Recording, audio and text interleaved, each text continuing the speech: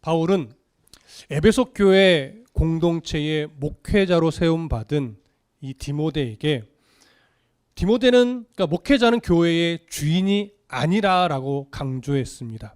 오히려 하나님이 주인이신 그 교회의 청지기로서의 역할이다라고 하는 사실을 강조했지요. 그래서 철저하게 예수 그리스도의 터 위에 하나님의 말씀으로 교회를 세워가야만 한다라고 하는 중요한 원칙을 교훈했습니다. 이제 바울은 교회 안에 나타나고 있는 이단의 가르침들, 그것에 대해서 오늘 아주 중요한 교훈을 합니다. 이 부분을 오늘 우리가 살펴볼 겁니다. 1절과 2절을 다시 한번 읽겠습니다. 1절과 2절입니다. 시작.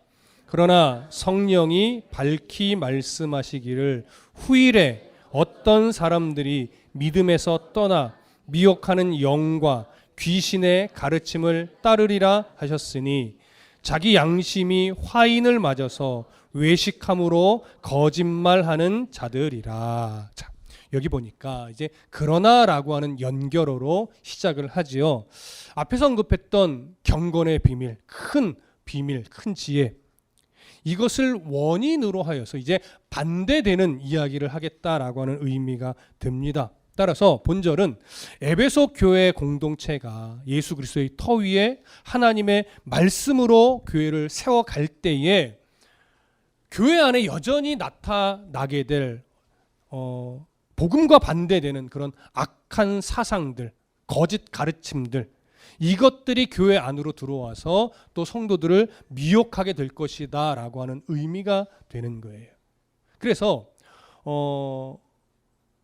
오늘 여기 그 4장 1절에서 성령이 밝히 말씀하시기를 하면서 이제 바울이 성령께서 가르쳐 주신 말씀에 대해서 언급을 하는데, 여기 성령께서 밝히 말씀하셨다라고 하는 것은 어떤 의미가 되냐면, 바울이 지금 자신의 어떤 신념이나 자기의 어떤 사상이나 자기의 철학적 관념을 성도들에게 지금 가르치는 것이 아니다라고 하는 의미예요. 바울은 철저하게 성령께서 자기에게 가르쳐 주신 그 내용을 가감없이 성도들에게 지금 전달하는 것이다, 너에게 전달해 주는 것이다, 이런 의미가 되는 거예요. 그래서 후일에 일어날 일들, 특히 이단의 교묘한 미혹의 내용들을 성령께서 자기에게 알려주셨는데 그 부분을 전달할 테니 귀담아서 잘 새겨 들어야 한다, 이런 의미가 담겨 있는 거죠. 그러면 성령께서 바울에게 가르쳐 주신 내용이 뭐냐? 오늘 1절은 그렇게 이야기를 합니다. 후일에 어떤 사람들이 믿음에서 떠나 미혹하는 영과 귀신의 가르침을 따르리라 하셨느니라. 미혹하는 영, 그 다음에 귀신의 가르침, 이런 것에 마음을 빼앗겨서 끌려다니는 사람들이 있다는 얘기예요. 근데 여기 보니까 후일에 이렇게 표현하고 있죠. 후일에라고 하는 것은 그냥 한글의 어감만으로 가면 앞으로 일어날 미래의 어느 때 이렇게 여겨지지만, 이 후일에라고 번역된 헬라어는요, 미래의 어떤 때를 말하는 것이 아니고 보통은 말세라고 번역하면 훨씬 더 적당한데, 말세라는 게 뭡니까? 예수의 초림부터 재림까지 전 기간을 의미하는 거예요. 이것이 말세입니다. 그렇게 여기서 말하는 후일에는요, 말세라는 의미인데 사실은 묵시문학에서 종종 관용적으로 표현되는 말이에요. 그러니까 이 표현은 단순한 미래가 아니고 예수님의 초림 이후에 이미 일어났었던 일, 그리고 바울 시대에 여전히 일어나고 있는 일, 그리고 역사 속에서 주님이 재림하실 때까지 계속해서 일어날 일들 중에 아주 중요한 교훈 하나를 전달한다는 의미가 되는 거예요. 그러니까 아직은 일어나지 않는데 앞으로 언제쯤인가 일어나겠다가 아니고 이미 일어났고 지금도 일어나고 나고 있고 앞으로도 일어날 일, 그것을 지금 교훈한다라고 하는 의미가 돼요. 그래서 후일에 이제 어떤 일이 벌어지느냐, 어떤 사람들이 믿음에서 떠나 미혹하는 영과 귀신의 가르침을 따르리라, 이렇게 말씀했어요. 그러니까 이 얘기는 뭐예요? 이미 이전에도 어떤 사람들이 믿음에서 떠나서 미혹하는 영과 귀신의 가르침을 따라간 이들이 이미 있었고, 지금도 에베소 교회 안에 그런 무리가 있고 앞으로도 여전히 그런 무리들은 있을 거라는 의미가 돼요. 그런데 그렇게 믿음에서 떠나는 사람이 있다라고 하는 것은 결국 무슨 말이냐면 교회 밖의 사람을 말하는 것이 아니에요. 믿음을 가지고 있다라고 여기는 사람들 중에 어떤 사람이 그 믿음을 올바르게 지켜내지 못하고 미혹의 영과 귀신의 가르침에 마음을 빼앗겨서 그쪽으로 끌려가는 이런 사람이 생겨난다는 얘기죠. 그러니까 지금 에베소 교회 안에도 여전히 하나님을 믿는다 하면서도 미혹하는 영, 귀신의 가르침을 더 마음에 두고 있는 사람이 있다는 의미가 되는 거예요. 특히 따르리라 이렇게 번역된 헬라어가 프로세코라고 하는 단어인데요. 이 프로세코라고 하는 단어는 나는 가기 싫은데, 나는 끌려가고 싶지 않은데 어떤 신비한 힘에 이끌려서 어쩔 수 없이 끌려가는 것, 이걸 말하는 게 아니에요. 여기서 프로세코는요, 나의 교만이나 나의 욕심이나 나의 이기심에 의해서 내가 그것에 스스로 마음을 둬서 내가 스스로 능동적으로 그쪽으로 가는 것, 이런 마음 상태를 말해요. 여러분, 사단이 펼쳐놓은 그 미혹거리들을 내가 보고 내 욕심 때문에 사로잡히거나 내 마음의 어떤 상태 때문에 내가 그쪽을 선택하여 가는 거예요. 이게 무서운 거죠. 여러분, 믿음이 있다 하는 사람들이 하나님의 뜻과는 다른 쪽의 이야기들에 귀를 기울이거나 마음을 뺏길 때는요, 사실은 여러 이유가 있어요. 근데 여러 원인이나 이유가 있는데 그걸 좀 대표적으로 두 개만 언급을 해보자면, 첫 번째는요, 너무 가진 게 많아서, 꼭 물질만을 말하는 게 아닙니다. 내가 너무 가진 게 많아서 내가 교만해져서 내가 어떤 우월함이 생겨서 하나님의 말씀이 가르치는 분명한 그 말씀의 기준을 가지고 믿음의 생활을 하는 것이 아니라 내 교만이 오히려는 성경과는 다른, 하나님의 뜻과는 다른 소리의 마음을 빼앗기게 되는 이런 경우가 생기는 거예요. 그러니까 너무나 많은 것을 가지고 있을 때도 우리의 믿음은 위험해요. 거꾸로 또 어떤 상황에서 사단의 미혹에 마음을 뺏기는 경우가 생길까요? 절망적인 상황에 놓여 있을 때, 뭔가 믿음으로 전혀 안 되는 것 같이 여겨지는 그때, 절망스러운 상황에 놓여 있을 때는요, 또 하나님의 뜻과는 다른 소리에 마음을 빼앗겨서 그쪽으로 또 끌려가게 되는 이런 상황도 생겨요. 그래서 우리는 너무나 많은 것을 가지고 있을 때도 늘 나 자신을 경계해야 되고, 무엇인가 절망적인 상황에 놓여 있을 때도 내 신앙이 왜곡된 소리에 끌려가지 않도록 말씀으로 기준을 분명하게 삼아야 되는 거예요. 이것이 바로 미혹하는 영과 귀신의 가르침을 따르지 않을 수 있는 하나의 비결이라고 말씀드릴 수 있을 겁니다. 예수님도 실제로 마태복음 24장에 가보면 이런 마지막 때 일어날 일들에 대해서 교훈을 하셨는데, 마태복음 24장 5절에 보면 이렇게 되어 있어요. 많은 사람이 내 이름으로 와서 이르되 나는 그리스도라 하여 많은 사람을 미혹하리라. 이게 바로 말세의 시대에 일어나는 일들이에요. 사도 바울 이전에도 일어났고 사도 바울 때도 이런 자들이 나타났고 역사 속에서 계속 교회 복음이 있는 곳에 이런 일들이 일어났고 지금도 일어나고 있고 주님 오실 때까지 또 이런 자들은 일어날 겁니다. 자칭 그리스도라고 하는 사람들. 근데 우리는 알아요. 이전에 이미 나는 그리스도다, 내가 보혜사다라고 말했던 사람들 중에 죽음을 이겨낸 사람들은 하나도 없었어요. 여러분 그 얘기 들어보셨죠? 지금 신천지에 있는 사람들 중에 이제 빨리 거기서 나오게 하려고 막 가족들이나 누가 아는 사람이 막 권면하잖아요. 그래서 이렇게 물을 때가 있어요. 이만희가 죽으면 나올 거야? 그럼 대답해요. 이만희가 죽으면 나올 거야. 이게 무슨 말이에요? 이만희가 죽지 않을 거다. 보혜사라고 그들은 굳게 믿고 있는 거예요. 그럼 생각해 보십시오. 이만희가 죽으면 나올까요? 기존의 다른 이단들의 역사를 보니까요, 그 보혜사다 자칭 그리스도라고 하는 자가 죽으면 그걸 커버할 수 있는 또 다른 교리를 만들어요. 부활이 연기됐다거나 아니면 그 예수의 영이 다른 사람에게 들어갔다거나 이렇게 또 다른 교리를 만들어내면 그 안에 영이 사로잡혀 있던 자들은요, 그걸 또 믿어요. 그래서 못 나오는 경우가 더 많더라고요. 그러나 하나님께서는요, 자기 양은 잃어버리지 않아요. 놀랍게도 그 악한 소굴에서 나오는 이들이 있어요. 왜 그런 자들이 생겨요? 하나님이 놓치지 않거든요. 그러니까 우리는 그걸 믿는 거예요. 그래서 조금이라도 빨리 그 악한 것의 실체를 발견하고 나올 수 있도록 하나님의 도우심을 구해야 하는 것이죠. 자, 이렇게 하나님을 믿는다 하면서도 하나님의 뜻과는 다른 소리, 성경에서 가르치지 않은 왜곡된 소리를 할 때 그것이 내 교만이나 내 절망적인 상황이나 마음 상태가 자꾸 끌려가게 되는데, 이 상태가 바로 미혹하는 영에게 끌려가는 거예요. 근데 그냥 붙잡혀 나는 가기 싫은데 끌려가는 것이 아니고 내 교만과 내 절망적인 상황이 그것이 더 좋아 보이는 거죠. 더 옳아 보이는 거죠. 그래서 내 스스로가 거기에 붙잡히는 거예요. 이러지 않기 위해서 우리는 정말 하나님의 말씀의 기준을 가지고 분별력 있게 신앙생활을 하셔야 되는 거예요. 자, 마태복음 24장 11절과 12절을 보면 예수님이 또 이렇게 말씀하셨습니다. 거짓 선지자가 많이 일어나 많은 사람을 미혹하겠으며 불법이 성함으로 사람의 사랑이 식어지리라. 이게 거짓 선지자라고 말하잖아요. 아예 사이비 이단들은 우리가 어느 정도 구분이 돼요. 근데 여기서 더 강조하는 거짓 선지자는요, 이미 기독교에서 이단이라 딱 정리한 그것도 거짓 선지자에 속하지만, 여기서 강조되는 거짓 선지자는요, 기성 교회 안에 있는 거짓 선지자가 조금 더 강조점이 있어요.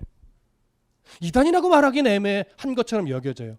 그런데 그들의 외침과 그들의 가르치는 소리를 들어보면 저건 하나님의 마음과는 다른데, 하나님의 뜻과는 다른데, 이런 요소들이 있단 말이에요. 근데 분별력이 없으면 그것도 맞는 것 같고 저것도 맞는 것 같고 이런 상황이 생길 수가 있는 거예요.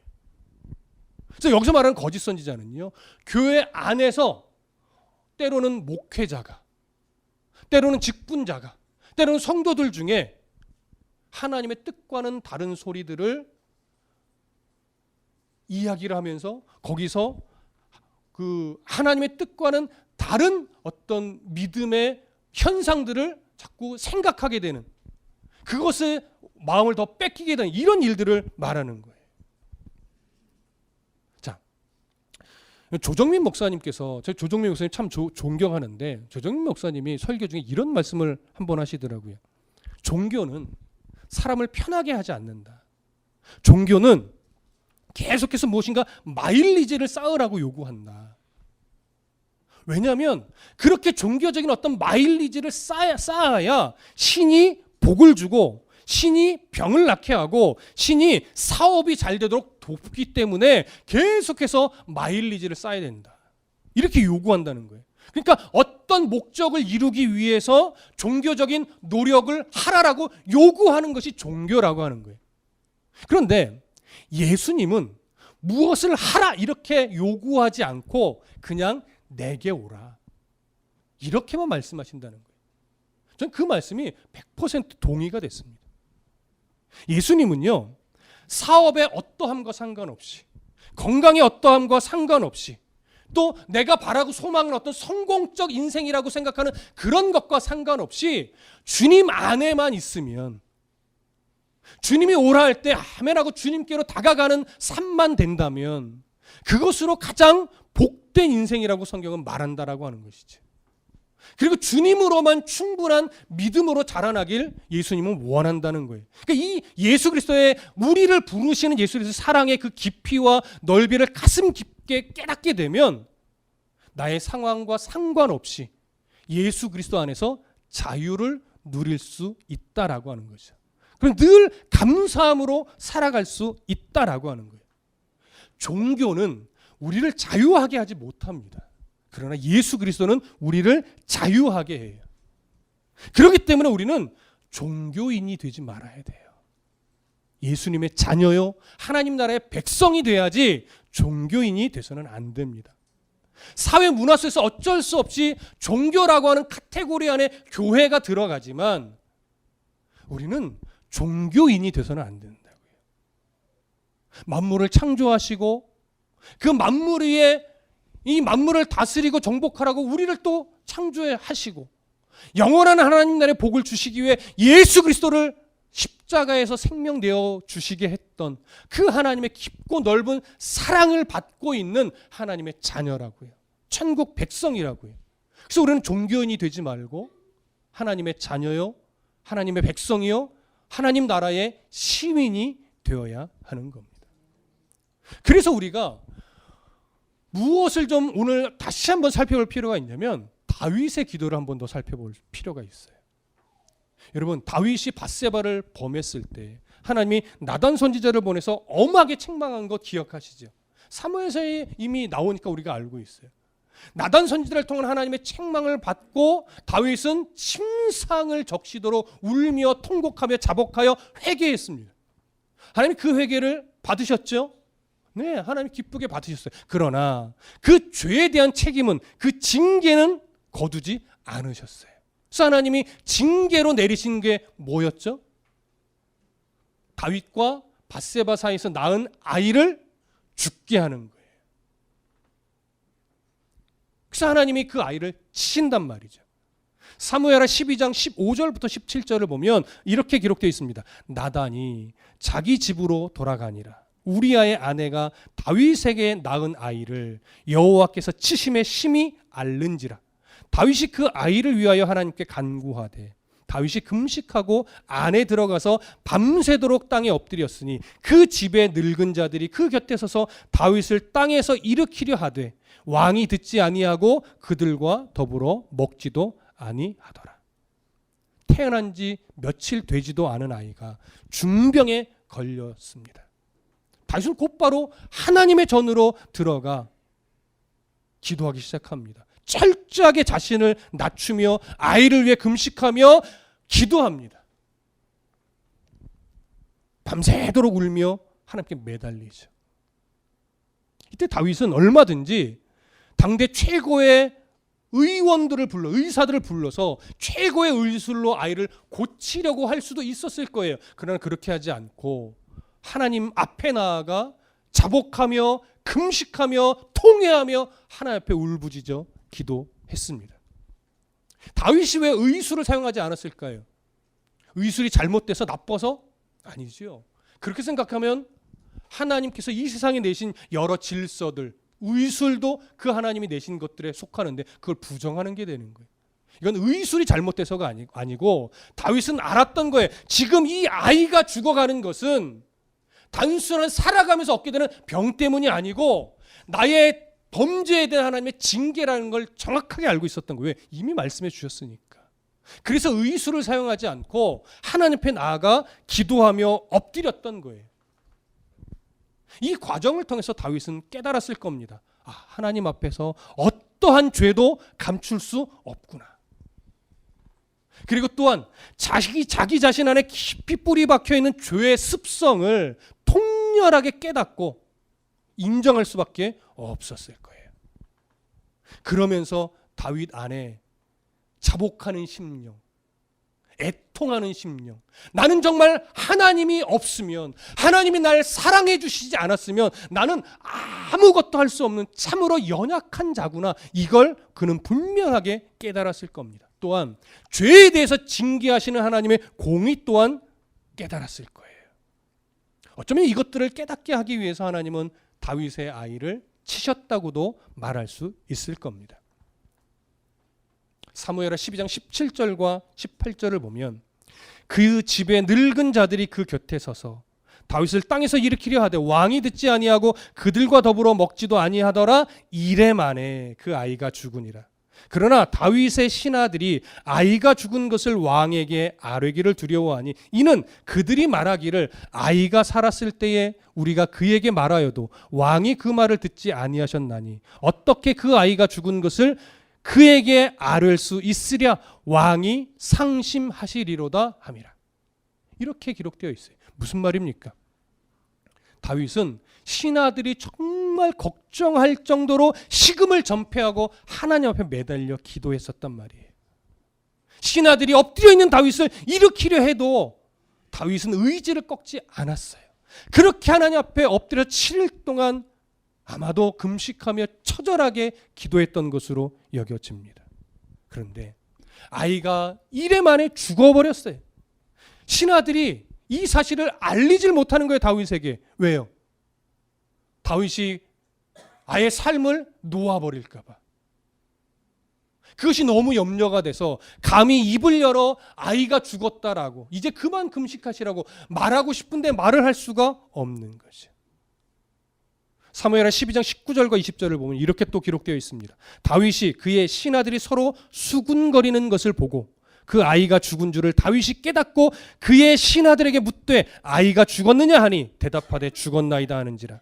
다윗이 땅에서 일어나 몸을 씻고 기름을 바르고 의복을 갈아입고 여호와의 전에 들어가서 경배하고 왕궁으로 돌아와 명령하여 음식을 그 앞에 차리게 하고 먹은지라.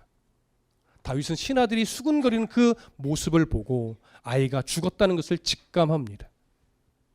그리고 나서 다윗은 몸을 씻고 기름을 바르고 의복을 갈아입고 여호와의 전으로 들어가서 경배합니다. 물론 아직 성전이 지어지기 전이니까 언약궤를 임시로 안치했던 그 장막 안으로 들어가 하나님 앞에 경배했을 겁니다.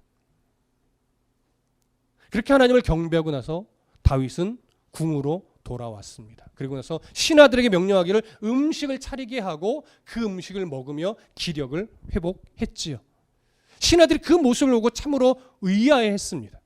사무엘하 12장 21절부터 23절을 보면 그의 신하들이 그에게 이르되 아이가 살았을 때에는 그를 위하여 금식하고 우시더니 죽은 후에는 일어나서 잡수시니 이 일이 어찌 됨이니까 하니 이르되 아이가 살았을 때에 내가 금식하고 운 것은 혹시 여호와께서 나를 불쌍히 여기서 아이를 살려주실는지 누가 알까 생각함이거니와 지금은 죽었으니 내가 어찌 금식하랴. 내가 다시 돌아오게 할 수 있느냐? 나는 그에게로 가려니와 그는 내게로 돌아오지 아니하리라 하니라. 이게 다윗의 고백이에요. 자, 다윗의 모습을 본 신하들은요, 아이가 죽자마자 옷을 갈아입고 씻고 기름을 바르고 음식을 먹는 다윗의 모습이 전혀 이해 안 돼서 물었던 거예요. 어떻게 이러실 수 있습니까? 아이가 죽어갈 때는 그렇게 금식하시고 울며 기도하더니 어떻게 아이가 죽고 나서는 전혀 아무 일 없었다는 듯이 씻고 기름을 바르고 옷을 갈아입고 음식을 드실 수 있으십니까? 이렇게 조심스럽게 신하들이 물었죠. 다윗이 대답합니다. 아이가 살았을 때는 내가 금식하고 운 것은 혹시 여호와께서 나를 불쌍히 여기사 아이를 살려주실는지 누가 알까 생각함이거니와 지금은 죽었으니 내가 어찌 금식하랴? 내가 다시 돌아오게 할 수 있느냐? 나는 그에게로 가려니와 그는 내게로 돌아오지 아니하리라. 이게 무슨 의미입니까? 다윗은요, 단순히 아이를 살려달라고 그것을 목적으로 기도한 것이 아니다라고 하는 거예요. 그저 하나님의 자비를 구하며 기도한 것이라는 의미죠. 하나님의 뜻을 거스르거나 하나님의 뜻을 바꾸기 위해서 고집스럽게 기도했던 것이 아니라는 거예요. 하나님의 뜻을 알지만 자비를 구하는 간절한 기도를 드린 거죠. 왜냐하면 아직 아이가 죽지 않았으니까. 아직 하나님의 결과가 주어지지 않았기 때문에 하나님께서 혹시나 나의 기도를 들으시고 자비를 베푸셔서 아이를 살려주실까 생각하고 내가 전심을 다해 하나님 앞에 금식하며 기도한 것이라는 거예요. 그러나 이제 하나님의 결과가 주어졌으니 하나님의 주권을 인정하며 훌훌 털고 일어난 것이다. 이런 의미의 말이에요. 인간적으로는 여전히 아이에게 미안하죠. 인간적으로는 여전히 슬프고 가슴이 아프죠. 그러나 하나님이 주신 결과를 인정하지 못하고 슬픔과 절망에만 빠져 있다면 그것은 하나님의 백성답지 않은 것이라는 걸 다윗이 이제 정확하게 깨달은 거예요. 그렇다면 이런 다윗의 기도는 응답받지 못한 기도일까요? 아니죠. 응답받은 기도입니다. 왜냐하면 자신의 기도 기대 목적이 아니라 자신의 기대와는 달랐을 뿐이지 하나님께서 기도에 응답을 주어서 아이를 죽게 하신 거예요. 다윗은 그런 하나님의 공의를 인정한 거죠. 그래서 이미 하나님이 결과를 주셨으니까 그런 하나님의 공의를 인정하고 자신은 씻고 기름을 바르고 의복을 갈아입고 하나님을 앞에 경배하며 높이 영광 돌리고 다시 음식을 먹고 일상의 자기의 모습으로 돌아간 거예요. 겟세마네에서 기도를 드렸던 예수님의 기도가 그랬고 자신의 안지를 고쳐달라고 기도했던 바울의 기도도 그랬습니다. 그래서 이 다윗의 이 고백은 정말 우리에게 중요한 교훈을 주는 거예요. 다윗은 아이를 살려주실 수도 있는 그 하나님의 긍휼을 바라보고 기도한 거예요. 그러나 결과는 하나님께 내어 맡기고 기도한 거죠. 다윗은 죽을 수밖에 없는 자신도 하나님이 살려주신 적이 있었기 때문에 혹시나 아이를 살려주실 수도 있지 않을까 해서 간절히 기도했지만 반드시 아이를 살려주셔야만 합니다라고 고집스럽게 하나님의 뜻을 꺾기 위해 기도한 것은 아니었던 것. 그는 기도하는 중에 철저하게 하나님의 주권을 인정하고 믿으며 기도했습니다. 이것이 기도하는 자의 바른 자세인 거예요. 여러분, 우리도 마찬가지입니다. 여러분들 안에 상황들 가운데 여러분 기도의 제목들이 얼마나 많습니까? 직장의 문제, 사업의 문제, 건강의 문제, 관계의 문제, 자녀 양육의 문제 등등등 수없이 많은 그 힘겨운 상황들을 맞이하면서 하나님 앞에 매어 달리며 기도하고 싶은 내용이 얼마나 많아요. 그때 우리가 중심을 잘 잡아야 되는 것은 뭐냐면 결과를 정해놓고 기도하지 마시라는 거예요.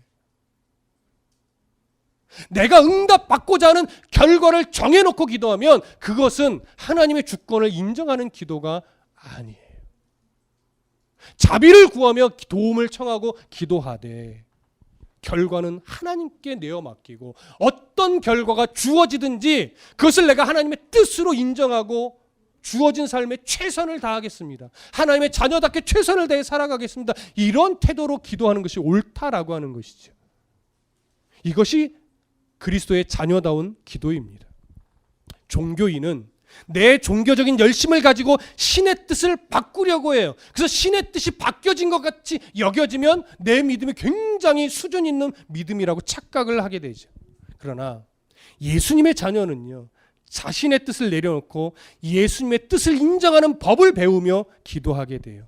예수님의 주권을 인정하며 신앙적 열심을 내기도 하는 거예요. 예수님의 자녀는 인생을 통해서 마주하는 수많은 고됨들, 그 고단한 인생의 흔적들을 통해서 심령의 가난함과 애통함을 배워요. 어떻게 해요? 뭐가 가난한 거고 뭐가 애통한 거예요? 하나님의 사랑 없으면 나는 아무것도 아닙니다라고 하는 이 고백을 내 중심으로 하게 된다는 의미예요. 그것이 신앙이 성숙해져 가는 것이고 그것이 하나님의 주권을 인정하는 것이고 그것이 하나님의 공의를 인정하는 거예요. 그렇기 때문에 우리는 하나님을 알되 정말 올바르게 알아야 돼요. 하나님을 알되 성경에서 보여주시는 그 하나님의 마음을 깊이 알아야 돼요. 그러면 사단이 교묘하게 미혹하는 소리에 우리가 마음을 빼앗기지 않을 수 있습니다.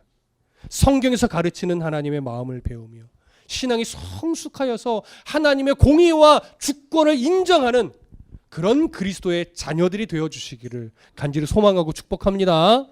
기도하겠습니다.